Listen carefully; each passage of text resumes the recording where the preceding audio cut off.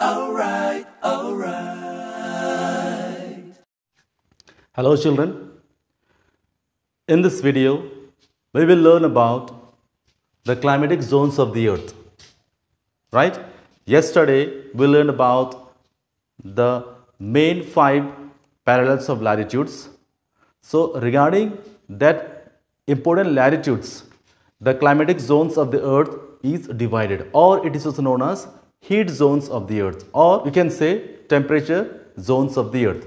So, let's start. The first one, that is the torrid zone, or it is also known as tropical zones.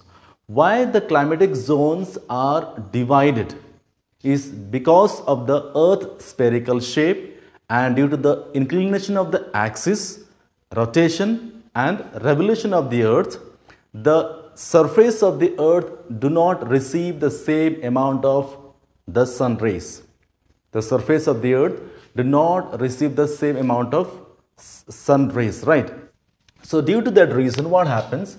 The different amount of the temperature that is being received by different areas, the zones have been divided. The first one, that is torrid zone, or it is also known as tropical zone, because it is lying within the Tropic of Capricorn and Tropic of Cancer.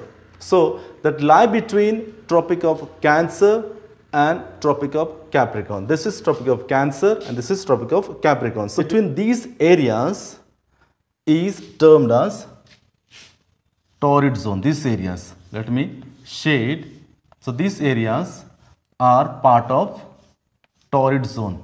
Why it is torrid zone? Because it is the limit, the Tropic of Cancer and Tropic of Capricorn is the limit or overhead of the sun rays. So beyond these, the sunlight or sun rays will not be overhead of any of the latitudes. That's why this area is known as torrid zone, or it is also known as tropical zone. Then that is between from 23 degree half north to 23 degree half south. Alright. So equator divides this zone into north torrid zone and south torrid zones. So north of the equator is known as north torrid zone, and the south of the equator is known as south torrid zone. Alright. So because the equator is dividing the earth in 2 hemispheres, the north of it is north hemisphere, south of it is south hemisphere. So as we discuss about the torrid zone, the north of the equator will be north torrid zone and south of the equator will be south torrid zone. Then there is another term, that is between 5 degree north to 5 degrees south of equator, it is known as doldrums or equatorial zones. Why? Between 1 degree to 5 degree, that is 5 degree north and 5 degree south. So this is the area termed as doldrums, or it is known as equatorial zones, because this area the sun rays are direct. Throughout the year they are direct. That's why they are termed as doldrums, and due to that, what happens? They experience low pressure area throughout the year. When there is high temperature, obviously they will be experiencing low pressure. Alright. So second point is to discuss is temperate zone. That is temperate zone, the area between 23 degree and half north to 66 degree and half north is known as north temperate zone, and the area between 23 degree and half south and 66 degree half south in between is known as south temperate zone. Okay. The temperate zones are divided into 2, that is north temperate zone and the south temperate zone. So they lie between torrid zone to frigid zone. This is torrid zone and this one is frigid zone. So in between the torrid zone and frigid zone, the temperate zone lies in the northern hemisphere as well as in the southern hemisphere. This is torrid zone and this one is frigid zone. So in between, the area which comes is known as temperate zone, and they experience moderate climate. This is the area as the condition of ideal living for human beings.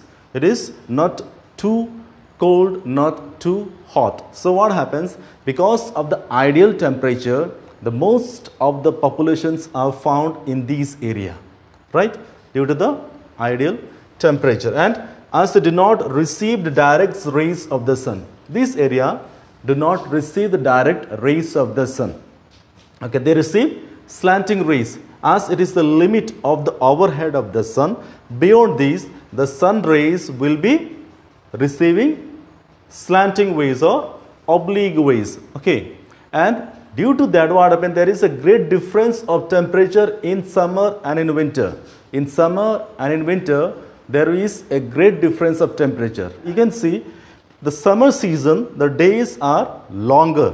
The longer days will be there during the summer seasons, and in a winter season, the days are shorter. So this is the difference that is being found in the temperate zones, right? The torrid zone, that much difference will not be found because they are receiving the direct rays of the sun. So equally, they will be having the 12 hours of day and 12 hours of night, and as they move more than 5 degrees north to 5 degrees south, the difference of temperature will be seen. All right.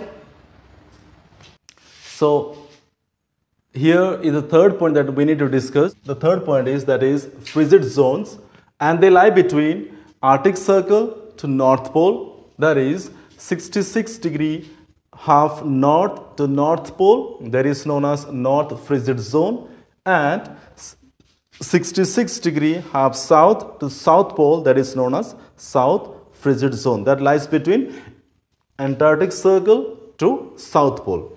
And this area, as it is receiving the slanting rays of the sun, extremely slanting, the area becomes extremely cold, okay, due to the inclination of the axis, or because of the inclination of the axis, they are extremely cold throughout the year. That is 9 months of winter during 1 year and remains frozen. So out of 1 year, 9 months remain winter season, right? So due to that reason, what happened? This is known as frigid zone. That is, frigid means the term comes from the freeze, right? So the areas, the surface is covered with ice sheet. So thank you so much. I hope you have understood the concept. Any questions, any queries you have, please ask questions.